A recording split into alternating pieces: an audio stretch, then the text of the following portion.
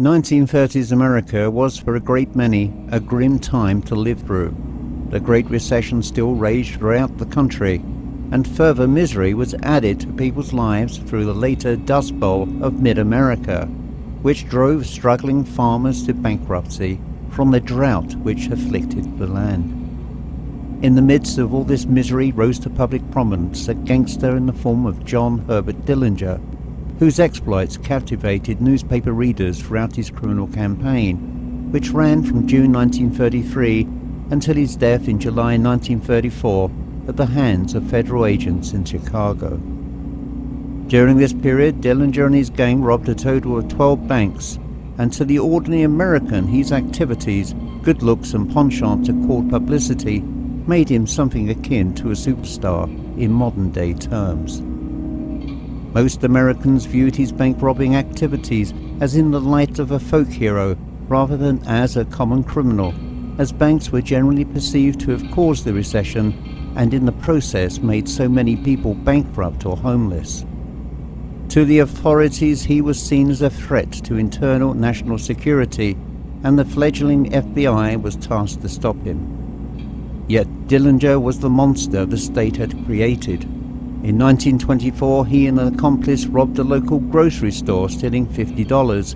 He was quickly apprehended, and following a discussion by his father with the county prosecutor to go easy on him, led Dillinger to plead guilty in exchange for a lenient conviction.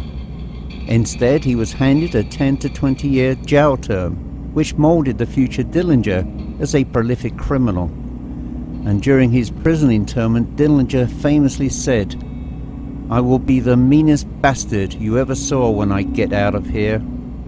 And my story with Dillinger really starts at Crown Point Jail in Indiana, where he was briefly imprisoned in 1934, before escaping once more until July that year, before he was finally cut down by a hail of bullets near the Biograph Theatre in Chicago.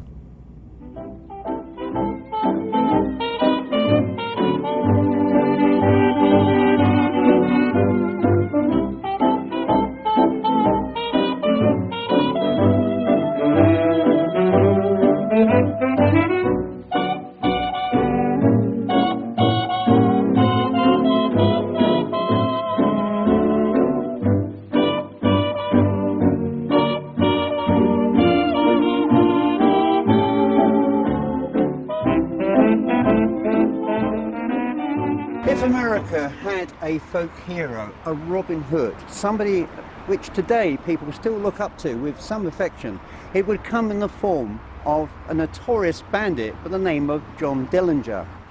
And of course, his story, as far as this is concerned, really started in January 1934, when he carried out a robbery with his gang at East Chicago at a bank, whereby they shot dead a police officer by the name of O'Malley.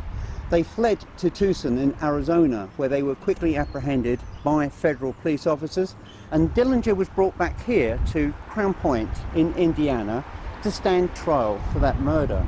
And it's here that we intend to investigate further the legend and the paranormal connection to this jail and the memory of John Dillinger.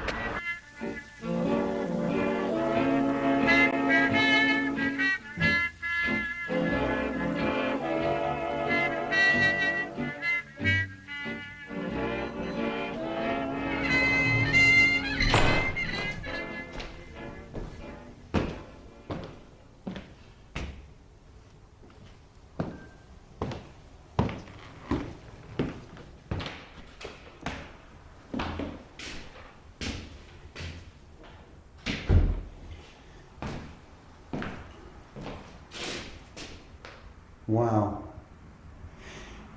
This is a record of Lake County Court. This heavy tome contains hundreds of records appertaining to people who were incarcerated here and were later convicted of various crimes, from petty theft, larceny to murder. And to think somewhere embedded in these pages is a record appertaining to John Dillinger himself. Let's have a wander further through here.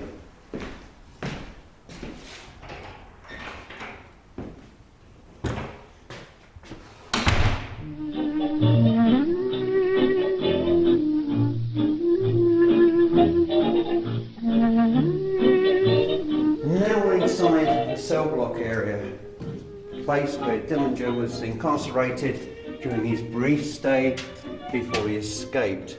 And we carry on down here. This apparently was a cell in which John Dillinger lived for about a month. And if we step inside, it's very cramped. And here we have a full berth cell. Now, if you look at it from today, it's quite run down, quite derelict. But in the period of John Dillinger, when he was here for about a month, prior to his escape, this all would have been quite new and freshly painted. But the real humiliation of being a prisoner incarcerated in this cell, as with all the other cells here, are the facilities for toiletries, for example. There's one toilet in here which would have meant that 3 men would have been sat here watching a 4th actually sat on the toilet. There's no privacy here whatsoever, but then also it's part of the punishment, isn't it? And here tonight we're hoping that we're going to be able to tap into the spirit of John Dillinger, or indeed any of the other inmates who lived and died through this period. I'm finding this quite exciting, a slight degree of trepidation because we're dealing with a criminal element and we don't know how the criminal element is going to react to us when we start asking probing questions. But from my point of view as an historian and investigator, I'm finding the opportunity of the premise of doing this to be thoroughly exciting. Okay, we've now returned after dark to carry out a paranormal investigation of the jail. But before we go any further, there's one question that I cannot quite get clear in my mind. An observation earlier today revealed that when Dillinger allegedly escaped through the kitchen, he actually passed through a metal cell door. Now, how on earth did he get through a cell door in a jail which would, for security purposes, have been locked? Which obviously suggests to any uninformed mind, perhaps, that whoever was responsible was working from the inside the prison in favour of John Dillinger. Another thought that has come to mind, we're actually in the day room inside the prison. The day room is a place where the prisoners would have been allowed free association to be able to come here, play cards, smoke cigarettes, and basically while away their time here. But my other observation concerns this metal grille. This is all metal, and this wire mesh grille was apparently the point that lawyers working for their clients would go to in order to take instructions. According to legend, John Dillinger carved a handgun from a shelving unit inside his cell, which was then blackened, and he used that to facilitate his escape. According to other sources, it was a private investigator working on behalf of his lawyer that actually passed to him a handgun. Well, if that was the case, there's absolutely no way that any visitor coming to this prison was able to pass a gun through this mesh grille, which hasn't changed since the day of John Dillinger. So again, it also suggests that a third-party element was working in favour of John Dillinger to facilitate his escape. Now, I need these questions to be answered, and the only person who was able to do that, hopefully tonight, will be Don himself, and we're going to speak to him very shortly. Other observations here tonight as well, which I wish to cover. Before we actually started the investigation, we set the camera equipment up in this cell, and we have heard footsteps in the passageway. We'd been out on the investigation, and we went into the sheriff's house, and in one corner of the room I smelled very strongly the smell of intoxicating liquor on somebody's breath. As I reported this observation to the rest of the group, we heard somebody running around upstairs. We went on investigation, which revealed nobody at all, but upon coming back downstairs again, we went through the jail cell area, around the area where prisoners were kept in solitary confinement, and we found indelibly marked on the concrete floor the footpad of a dog that had walked from one point of the cell floorway down the passageway and has disappeared just before reaching the main door.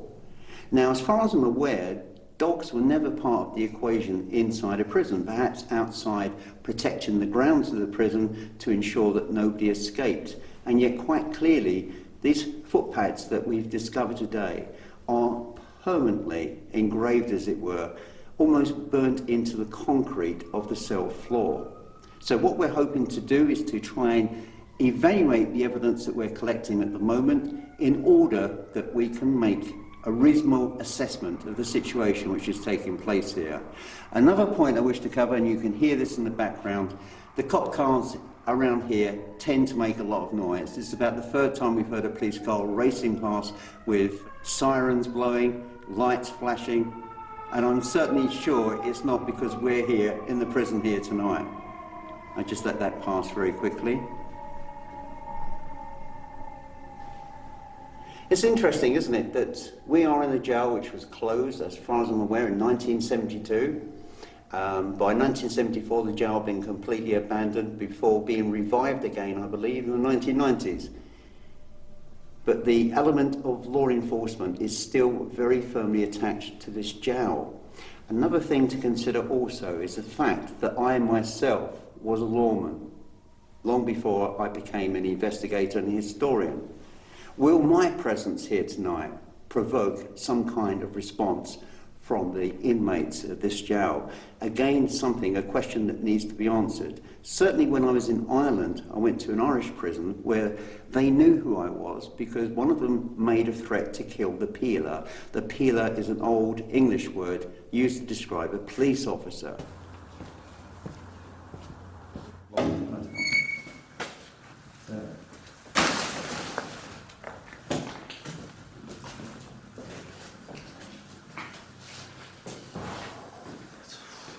You feel that? Yeah. Oh, it's really... It's hard to breathe in here. Yeah, it was... Just walking in here, you were struggling to breathe.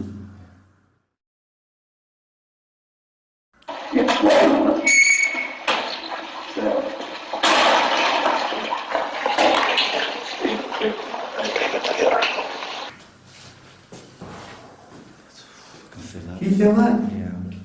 Oh, it's really... It's hard to breathe in here. Yeah, it was... Just walking in here, you were struggling to breathe. So I'm wondering tonight whether these inmates in this jail are going to make their presence felt to me for being a lawman. So many questions and so many answers, but before we continue with the investigation, let's speak first with Don, who's going to infill some of the detail concerning John Dillinger's arrest and incarceration, and of course his ultimate escape from this jail.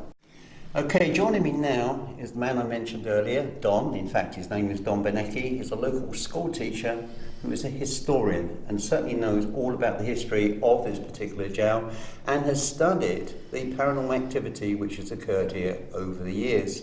What I want to ask you, Don, what is the history of Dillinger's arrest? Why did he come here as opposed to any other jail?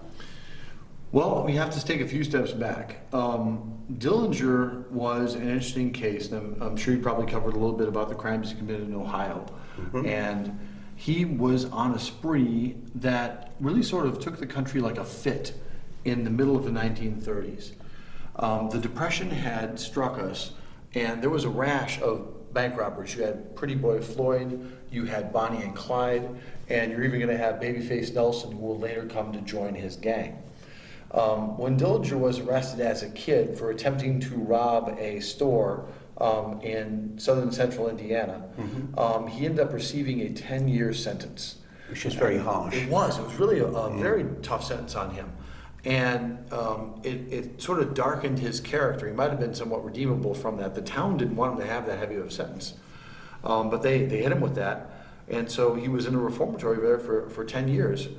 And while he was there, he really sort of treated it as criminal university. That's really what it became. And so he developed relationships with people who were involved in different aspects of crime. And from that, they were able to develop a bank robbing group that was really professional and for the most part tried to avoid shooting people whenever possible. Even the police officer that he shot when he was in East Chicago, Dillinger tried to find a way around shooting him and said, okay, you asked for it, because he just frankly didn't see any way out of it. And he thought, well, this is the price of the business. You want to catch me? This is it. So you wouldn't describe him as a psychopath? No, he did not come off in that way, which is why he was so widely embraced. Because we were in the midst of the Depression and there had been so many bank failures, to the point where even Roosevelt had to call a banking holiday to determine legitimate banks from banks that were just essentially robbing their people and stealing their deposits because of some of the speculation they were involved in. So when people saw somebody out there like this fighting against that system, they saw, you know what, I couldn't get my money out of that bank. Looks like somebody could. So people saw it as a way of the common person hitting back at the system. Yes, and that's really kind of, whether that was part of his plan or he was just perceptive enough to recognize that that was his perception in the media, because that was really his brilliance, was his charm, his wit, his ability to read a room, even when that room was really hostile to him. Look at the footage from that age and look at how chummy he was with the people who were chasing him. He was putting his arm up on people. The reason why he was brought here is actually a very interesting story. So he and his gang had zigzagged all across the Midwest, from Indiana to Ohio to Michigan, to take a little break up in Sault Ste. Marie and kind of enjoy themselves up there, up to Minneapolis, where the mayor, who was rather cozy with the mob, and said, as long as you don't run any robberies here, I'm not going to have our police hunt you. And Minneapolis was a little bit of safe haven. So they hung out there for a little bit, but then they got, there were circumstances led to them being hunted further. And so Dillinger comes back to Indiana to say goodbye to his father and try and leave on good terms, because he wasn't sure how long he was going to live or how long his father was going to live. So they have a little celebration. And then he goes and he tries to head back out of state. And when he does, he steals a car and takes it across state lines. This was the excuse that Hoover was looking for to go ahead and chase him with his G-men, because all these crimes were not just making local news, this was making nationwide news. And that was the Bureau of Investigation Yes. at that point. Yeah, And this was, yes. Hoover wanted to use this as a lever perhaps to create a federal bureau. This was, the FBI had started to make its name with, of course, Ellie Ness and the Untouchables, when they were hunting people back in the 20s, when they were running all the bootleggers and stuff, which was thick in this area. So there ends up being a couple of famous shootouts. One, of course, is the one up in Minnesota, where they almost got him and he was wounded in the leg. And so he has to escape from there and convalesce for a little bit. But they finally catch him at a fire down in the Southwest. And all these states are lining up to try and get Dillinger. They want to extradite him out. But Indiana gets an idea, let's send a plane for him. This is one of the very first times any criminal in the United States was ever transported by flight. When he ends up getting off that plane, it really was much more almost like a Hollywood production, like a movie premiere. You know, when they brought him from Chicago, there was more than a dozen cars who brought him from the Chicago airport here into Indiana, with, I think, almost an equal dozen of police on motorcycles as well. And he was more than happy to go ahead and play ball with the local reporters to give them little bits and blurbs, and they would boost him up, because he was also aware that if he was going to get out of there, he was going to need some goodwill on the part of the people. But we ended up bringing him back to here to Crown Point, and he ends up at this jail. Now there's a scurrilous little rumor out there that there was a bit of a romantic intrigue between him and Sheriff Holly. I can't find anything to support that. I think that is just a little bit of history, kind of thinking that maybe a woman couldn't handle the sheriff's position.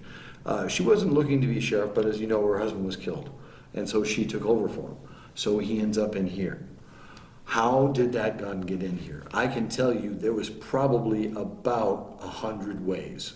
You look out in that community and people would yell out the window. I have many friends who lived here in the area when the jail was still open.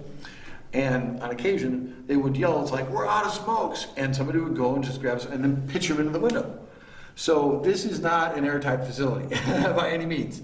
So for him to get his hands on that, now granted, at this moment, the place is crawling with county cops, Crown Point cops, federal cops, But he didn't escape at that moment.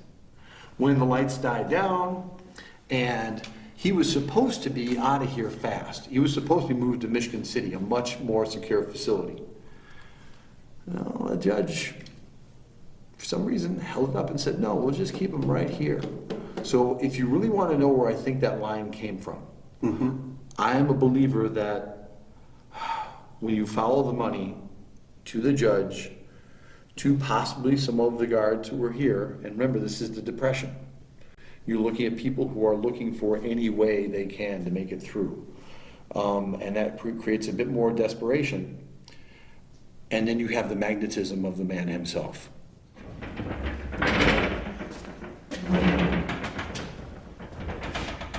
When Dillinger made good his escape, he came through this door, across the kitchen, and he went out through here. Firstly through this wooden door, this glass panel door, but more intriguingly perhaps through this heavy cell door, which normally would have been locked. So the question arises, did somebody on the inside facilitate Dillinger's escape? Because there is absolutely no way any prisoner could have been able to have got through here unless he was assisted. And from that moment he wandered further forward to the rear gates at the side of the prison where he escaped. I mean, at this point, Dillinger was really chancing his luck. He had facilitated an escape through what should have been a locked door and had made his way down here. Is he going to run into federal agents, police officers, or any of the National Guard who were given the task of preventing his escape? And what's intriguing at this moment is what went through Dillinger's mind as he made his final escape towards those gates. And so Dillinger quickly ran down here through the side courtyard and came to the gates, although in the period form these would have been wooden gates. These are later metal replacements. But regardless, he made his way through here. From here he made his way to a garage where the sheriff's car was kept and made good his escape. I've been hunting ghosts since before it was cool. I've been hunting ghosts since before people would sit next to me in church, back when they thought it was like really, really bad. But I started just going ahead and studying this, and I learned from Luann Thornton, who ran a ghost training program here in the Midwest, just recently passed this here, who was known as the Grand Dame of Midwest ghost hunters. She trained hundreds of them in the area. And so we would go looking for evidence, taking our flashlights, taking our cameras, taking a few meters out there, doing the research and seeing what we could find. And when we came here, this place has been, quite frankly, a gold mine. And what have you experienced since you've been here? We have, over the past several years, been able to go ahead and bring in equipment and use the equipment with the ghosts here to capture full-on body-shaped mists. We've been able to use the equipment here to get the ghost to use our K2 meter to play poker with us. To play poker with us for cigarettes. And they will use the K2 meter and read the card and win a hand of poker. Well, just very quickly, Don showed to me earlier a misty photograph, which you can see here now, which quite clearly appears to be some kind of a shrouded figure, because if you look at the feet of the figure, it looks like the remains of a shroud across the ground. Yes. What was the story behind that capture? That was up in the adolescent holding room on the 3rd floor, which is sometimes rather active. They leave some toys up in, for the ghosts to sort of interact with up there. When we were up there, this was last year, all of a sudden, all the meters just went kind of nuts. They weren't giving you a sort of a single read, but they were sort of reading in a circuit as it went around the room, and you would hear chirping of the meter as it went around the 5 or 6 different students who were there. Wow, that's incredible. And so we set cameras up, started snapping pictures, and a young girl by the name of Saoirse, she snaps a picture, and she's like, "Oh my gosh, Mr. B, I think we got something."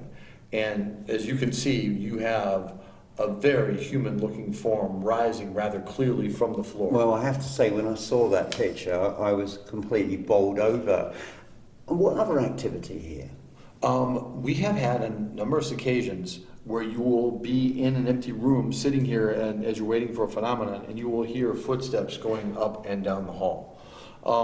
You will occasionally get a very strong smell.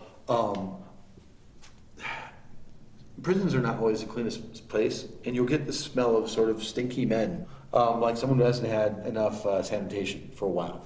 You'll get sort of that type of scent. That would be appropriate, though, wouldn't it? Yes. Really? Yeah. And we have occasionally also gotten people who've gotten their hair brushed back, or they'll hear voices in their ear, and we've So gotten they're quite EVPs. tactile. You know, and Any poltergeist activity?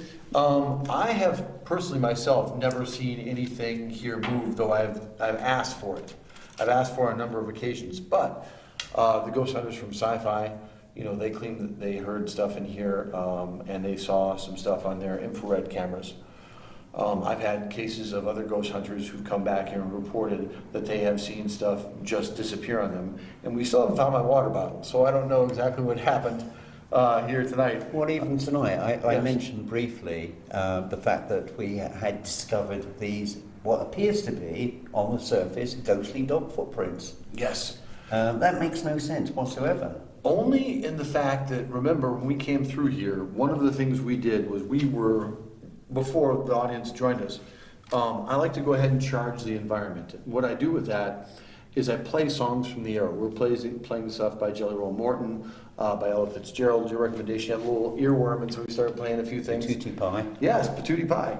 And also going down and roasting up some of the cells, letting them know that there's cigarettes and things available. And we started speaking about that moment in time. That moment in time when Dillinger was here, I do know because I have seen photographs that the place was patrolled by canine units. But would they have been in the cell They passageways? would have, for the cameras, they would have been everywhere in and out of the building. Now, we looked at those footprints. I actually wetted one of the prints, and it didn't rub away. And I've texted a few people who've been here with me, and we've been doing this for 20 years. I was looking through my phone for photographs of this. I have not seen those footprints. And you were last for in that cell passageway Thursday. when? Thursday. And we're now Monday. So between that period and now, and nobody else has reported seeing those prints. What'll be intriguing, of course, after we've carried out an investigation in this cell area, is to go back there with a camera and see if those prints are still there. Yes. Because they look like wet footprints. Exactly. When I was in Dillinger's cell earlier today, in one of the bunks, I quite distinctly felt a very strong presence of energy. I will say we did get a recording, and we also got response in our K2 meters when we were here. Mm-hmm. And what we'll do is a yes/no situation where we're asking them to go ahead and light up the meter. We ran through ideas to try and find out who was in our presence. And we have, on a number of occasions, identified that we will be escorted by a former officer, a guard. So that when we ask in the yes/no sections, using the K2 meter, it has occurred on 3 different occasions where the spirit has identified itself as a guard, which kind of makes me feel pretty good because there were people who killed people. There were other people who were outside of Dillinger, not just interested in earning a buck, but sometimes flat out mayhem in the area. Well, it's going to be interesting tonight because there is a former officer here tonight in Yes. my shape. So, and also my garb, which makes me look very much like a G-man. Yes, he does. So it will be intriguing to find out whether or not there is a reaction to my presence here tonight. So that's something I'm looking forward to. Well, look, thank you very much, Dom, for infilling that information. And I really appreciate you allowing us to be here tonight as part of the trustees here, the group that run this particular building. And I hope that we can acquit ourselves tonight with some really good activity. Thank All right, you. boys, let's go get them. Let's go and get 'em. man. Thank you. Come on, you were just here. Line up for us. Are you upset that we're in your cell, buddy? Yes. Would you be happy with us if we asked you a few questions?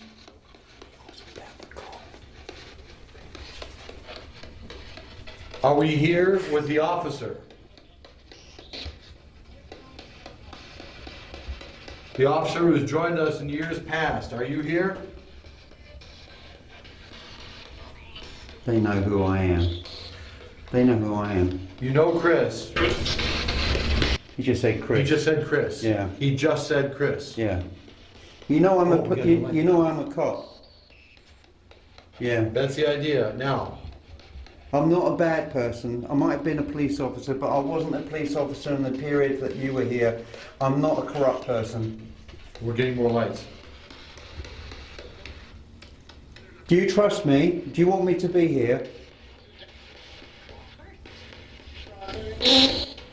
Yes. Yeah, that's was a yes. Yeah.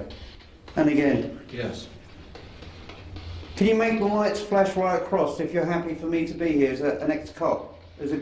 You know that I'm not a bad person because you can scam me. Yes.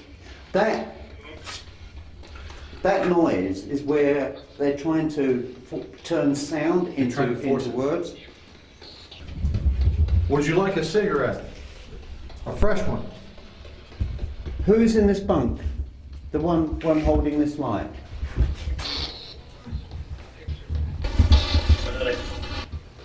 Alex? Sounds like that. Let me put this in here. Do you trust me?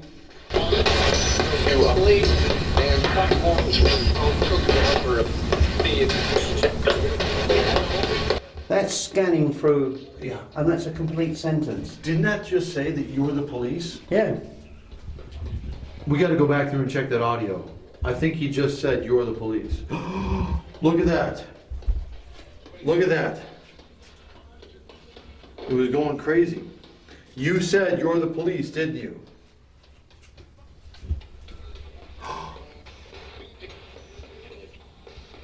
I'm a So- policeman from another country and from another time. That is incredible. That was the signal we're looking for. Is John Dillinger here? Can you make the lights flash if you are John?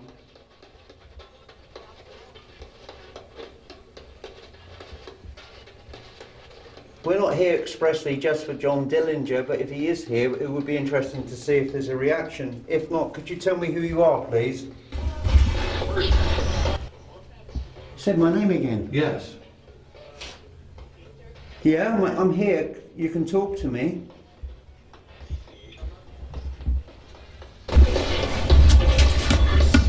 Chris again. Chris again. Yeah, I'm Chris. Do you have a message for Chris? Well, I will tell you this. We just had a jump, as I was looking at here, from the moment when you described it. I took a look here and I asked what, kind of in my mind, if this could go ahead and make the temperature move, and for just a brief moment, it moved to 65. So you can see it shows you the high point we hit here. That was the high point we hit. So the temperature spiked. Temperature spiked 5 degrees. So if there is anyone here, if you pass in front of this red mark here, I'd like to see you go ahead and reset. If you can make this temperature change, we're sitting here on 59. If you can make that go back up 5 to 10 degrees right now. Can you do that? Just walk in front of it.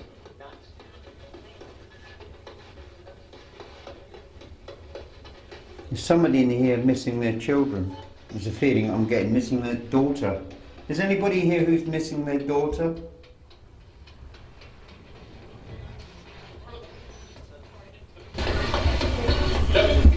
Yes. Yes. What is her name?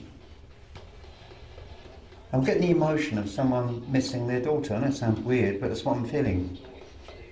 What is her name, please? Mary? Mary. We got to clear Mary. How old is Mary?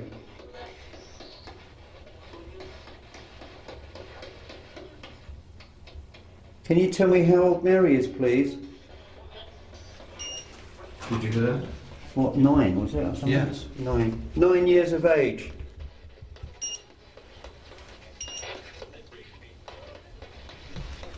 What is your name, please?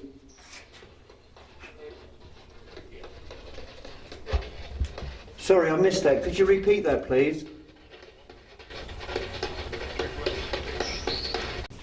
I just had this image in my mind of a man missing his daughter, really missing his daughter. All he's thinking about is his daughter. He obviously never got back to his daughter.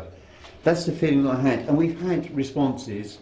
We had a voice saying the name of Mary for his daughter and that she was 9 years of age. But we don't know who the person is. Could you tell me your name? We might be able to try and help you in the sense of finding out where Mary is.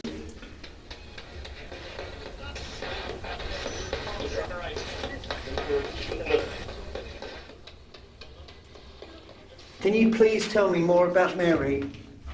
I want to know. I'm not being insincere. I want to know.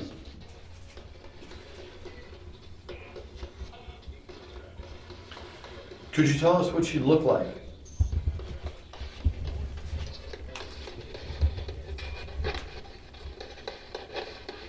The color of her hair.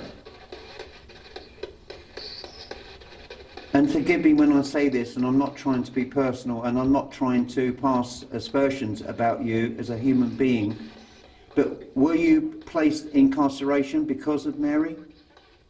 Three times? What happened to Mary? I have the impression that you're here because of Mary, and you feel guilt because of it. Wow, look. Yes. Yes. What did you do to Mary, or what happened to Mary? Did you harm Mary? Or did somebody you know harm Mary, and were you incarcerated because of it? Were you falsely imprisoned because of Mary? Yes. Can I ask you something else, sir? Were you African American? Spike. Yes. Yes. Were you falsely accused because of that? Yeah. Oh, Yes. wow. This is going off the scale.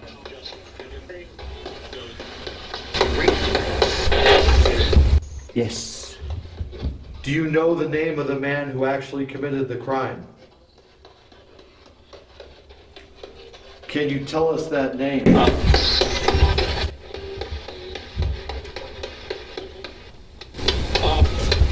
Arthur? Did you just say Arthur? Can you get us a last name?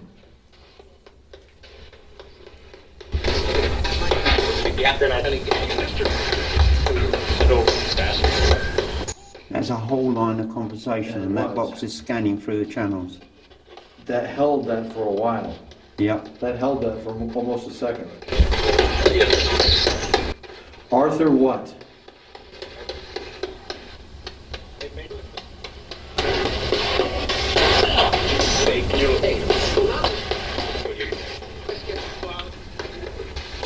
Were you the victim of racism against you? Were you the victim of a racist? Paul, go through that. I could swear I heard the word Jim Crow. Jim Crow? Those are the laws used against blacks. in That's America. right, yeah. That is terrible. That is absolutely dreadful, and I feel so sorry for you. Or was Mary a white kid? I heard white. She was white. And were you falsely accused of raping her or assaulting her?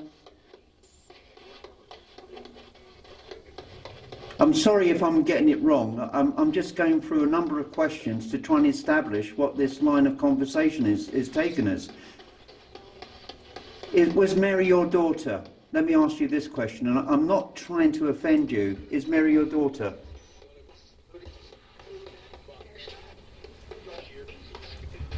Was Mary supposed to be your wife? No, the impression was he's thinking about his daughter, so I can only assume. Yeah, I think so too. Were you separated from your daughter by this charge? Yes. That's a good yes. That's a strong yes. Did you ever get a chance to see her again?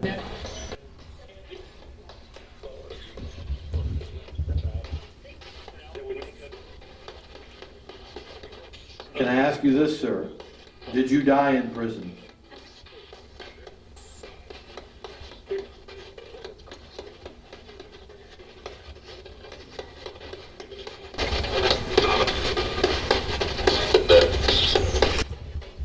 What was it?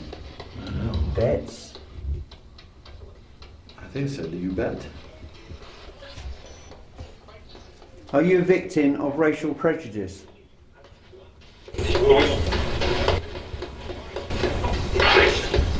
Wow. Did you hear that? Yes. Do you know the man who was guilty? Can you say his name?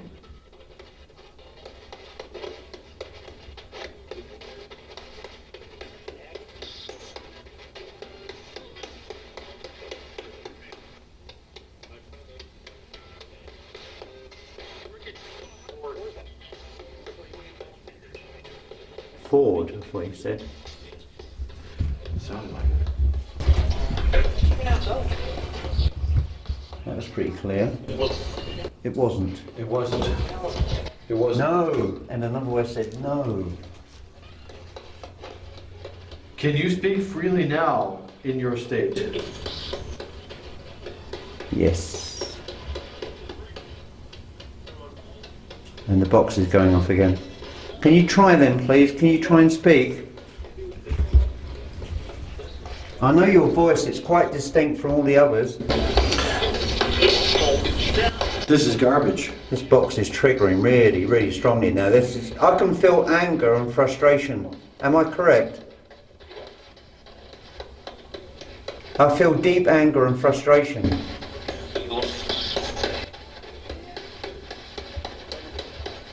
Am I correct? Can you make these lights flash? Can you make these lights flash, please, if I'm correct?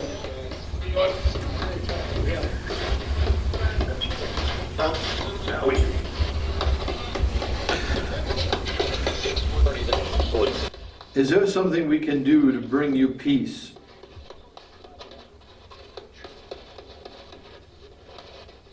Can we bring you salvation?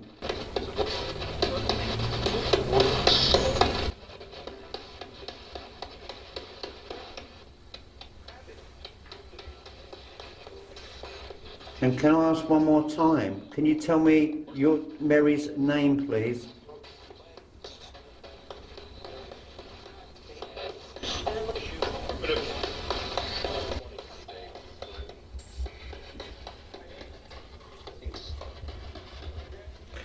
Did you say Spinks?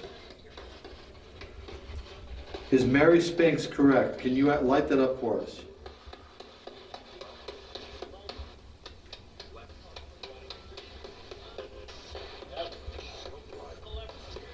Yeah, something like yeah. Yeah. Oh, there we go. Yeah, we're off again. Now, could you do one more thing for us? That's a very powerful yes. Can you tell us the year? Can you tell us the year so we can try and track that down?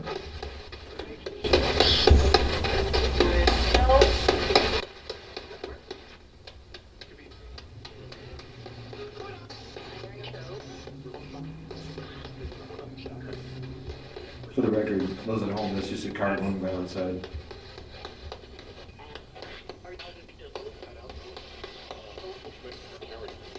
Do you believe in justice?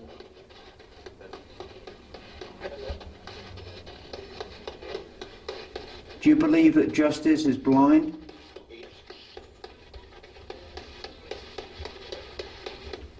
Or do you believe in that you are here as a result of the wrong kind of justice?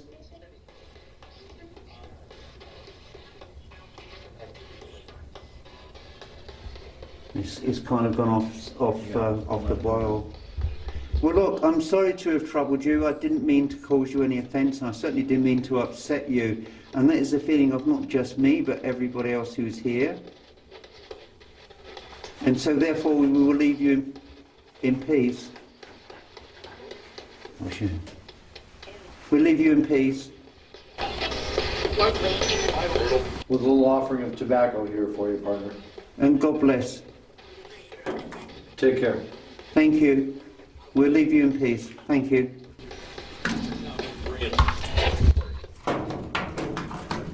I'll tell you, I am quite emotionally drained. That was quite an experience.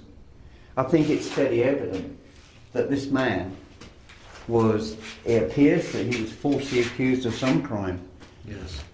Now, I asked if it was his daughter, he said yes. I'm wondering if he was falsely accused of molesting his own daughter. We asked if the gentleman was African American and got a really strong signal. Yeah, we got a very strong response. All the way to red. And a very deep voice, wasn't it? Yes. And there's no way these AAA batteries in this are going to give off anywhere close to that type of feedback on that. That was really strong. And we have to go back and double check the audio, but I believe I very strongly heard the word Jim Crow, the two words Jim Crow come out of there when we asked why was he here. And I feel really sad. And we have to, for those of you who are not familiar with Crown Point, our history at that moment here in Indiana, we were one of the larger Klan states at the time. When you look at the enrollment, I think we were among the largest of the northern states in that. So a large percentage of this jail could have been black. And exposed to that sort of discrimination. At one time, the Klan marched right down Main Street. Wow. So it was, it's something we're trying desperately to escape here, and we try and integrate our community to a much more open-armed and truly American city now. But the trouble is, back then, this is deeply soaked into the fabric of this building. It was. This building lives with that prejudice. And this was a way of sort of exfiltrating African Americans out to different areas of the state. It was, so when I asked that question, I heard Jim Crow back. That would be something that would be very appropriate to the time when this prison was open. I'm convinced that he was falsely imprisoned for something. Those were really big responses. Yeah. You heard names coming through your ghost box, and you saw the response that He's given me his emotion, and I'm feeling this tremendous sadness, this betrayal, this frustration, this inhumanity that he's experienced. That was one of the most emotionally draining experiences I've had for a long time. We don't appear to have made contact here tonight with John Dillinger, but then John Dillinger wasn't the kind of guy that would want to remain in the jail. No. He would be a free bird. And what we're hoping to do is to go to Bohemian Lodge, where Dillinger had that famous shootout, and see whether or not we can touch more closely into him. But before we go and before we finish, there's one or two matters that need to be tidied up here.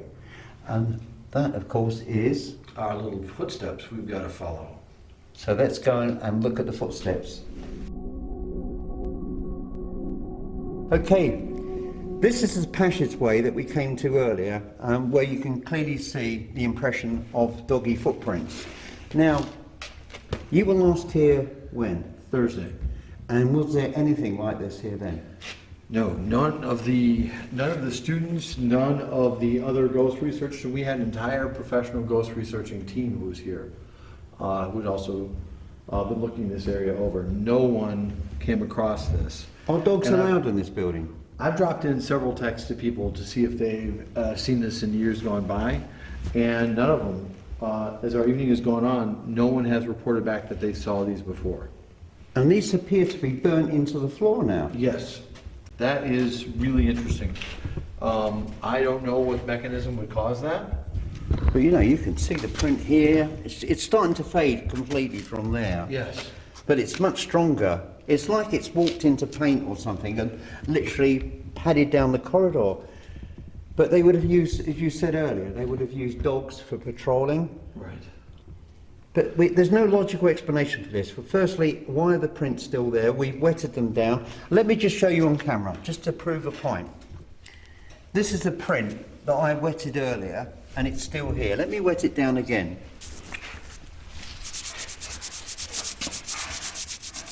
It's not going. Look, it's permanent.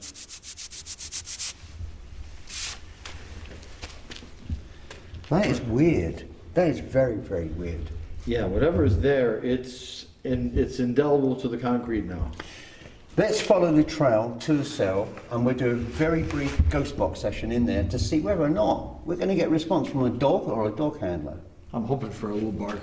Not a bite. This is fascinating. Okay, the prints take us all the way down the corridor. And it's here. And in this cell, if we go in here, there are no prints in here at all. No. And this is where it came out of. If we bring the camera in, I just want to see whether or not there's any sign of any take a paint look. I don't see anything. any source that's likely to give them rise to those prints. There's nothing. It's dry in here. It's rusty, but it's dry. There's nothing in here at all. Okay, what we're going to do now very quickly, we're running out of time here unfortunately, and it would be great if we could be here all night, because this is a place that I could spend months in and yet still would never have fully visited or investigated everything that's happened. So if you put the box on there, Don. All right, we will. Let me just go ahead and see the power button here. Oh, we're getting a lot of, look at this. There is some heavy signal coming through there. Okay, is there someone here who is upset with us being in your room?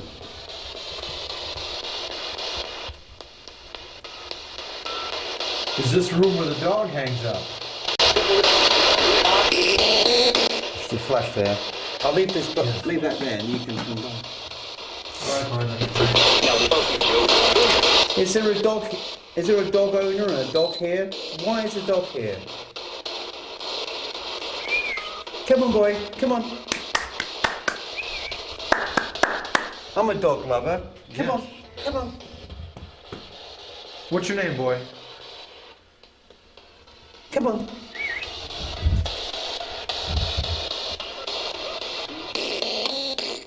Speak.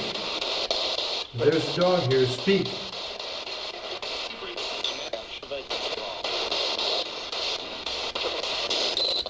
Is there somebody who owns a dog here?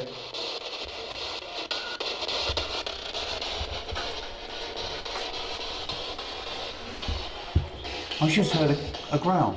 Yes. Did you hear it? Yes. About, ooh. This is bizarre. This is absolutely bizarre. Come on, boy. Come on. Come on, boy. Come on. Should we go walkies? Here, boy. Come on. I'll try the other side of the coin. Come on, girl.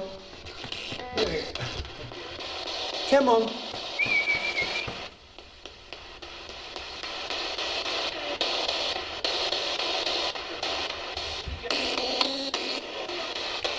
That's weird. Well, on the other side here, is there someone here who was afraid of that dog? Is there someone that's... There. I'm sorry, I missed that. Are you afraid of dogs? And the light's Just just on. trying to get a... Does that dog still patrol?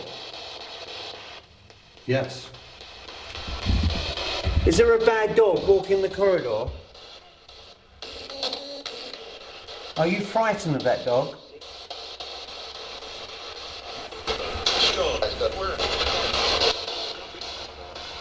That seemed to provoke a... Yeah. Was someone here attacked by that dog?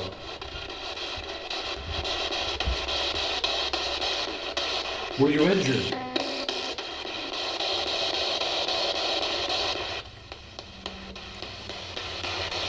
That seems to be a pretty strong yes.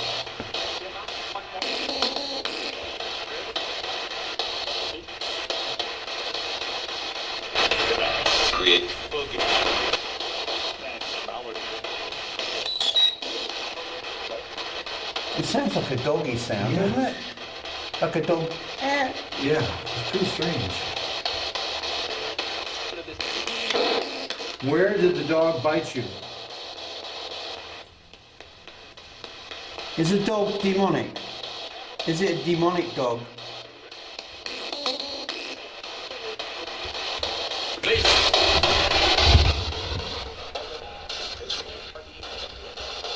If the dog is really bad, can you make all the lights flash, please?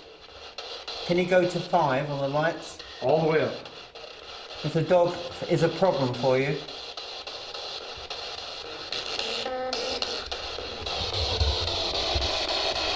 Three is about the best response we're getting on Yes. Is the dog a guardian? Does he protect you here? I heard what I thought was a yes that crept in, but I can't be sure. Does he hold you here? It sounds like a dog. Yeah. I know this is sounding very crass of me to do this, but let's try.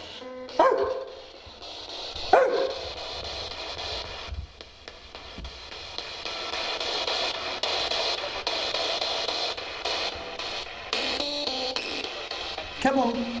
Come on, boy, come on. The dog is not. I've never done an The EVP dog is not session. central to this. Yes. It's not the dog that's central to it. It's people that are Yes. central to it. This is what I'm trying to think of a way to reach out to the person, whether or not that dog is here to protect them. Is that dog working for the jail? Is there a guard here who's still walking his rounds with that dog?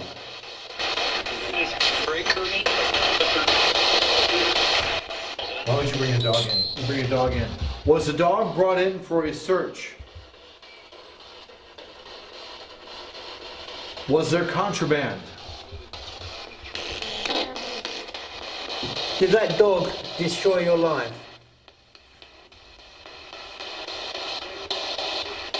Or was that dog another one of the victims of this prison?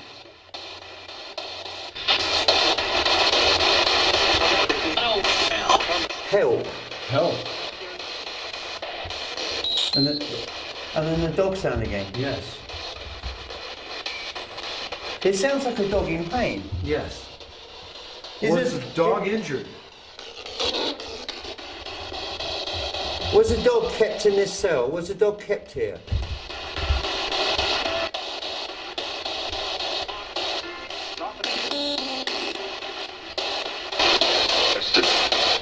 We don't seem to be getting any further than the fact that we're getting screeching noises which may or may not be attributed to the presence of a dog. We don't know that for sure, so we have to keep open-minded. We're getting some minor responses here on the box. It seems to be every time I mention the word dog, we get this, You get a whistle. we get like a whistling or screeching noise. Yeah. Dog. Didn't do it that time. It seems as though every time we talk about this creature, we get this screeching sound. The prints that are on the floor cannot be easily explained. Don has made a number of inquiries with the people associated with this building, and nobody knows anything about it. And now we are struggling to get an explanation via the ghost box as to why those prints remain. And unfortunately, in the time and space that we have, we don't have the means to be able to spend any longer time here to be able to investigate that. So we're just going to have to put that one down to experience, and what I'm going to do is keep in contact with Don to find out if we've made any progress on the issue of the dog.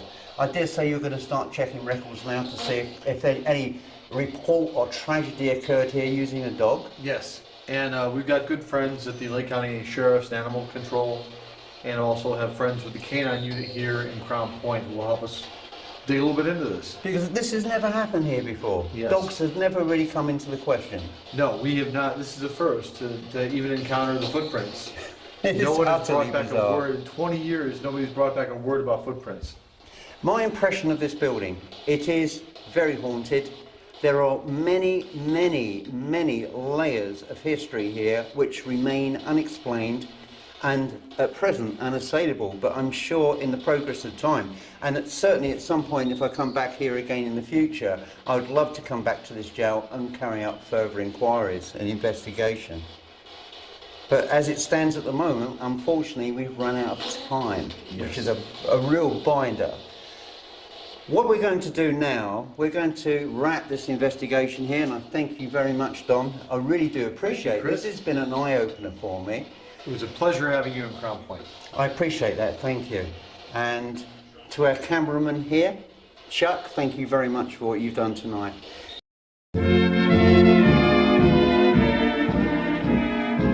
I can't show my face, can't go any place. People stop and stare, it's so hard to bear. Everybody knows you left me, it's the talk of the town. Every time we meet, my heart skips a beat. We don't stop to speak, though it's just a week. Everybody knows you left me, it's the talk of the town.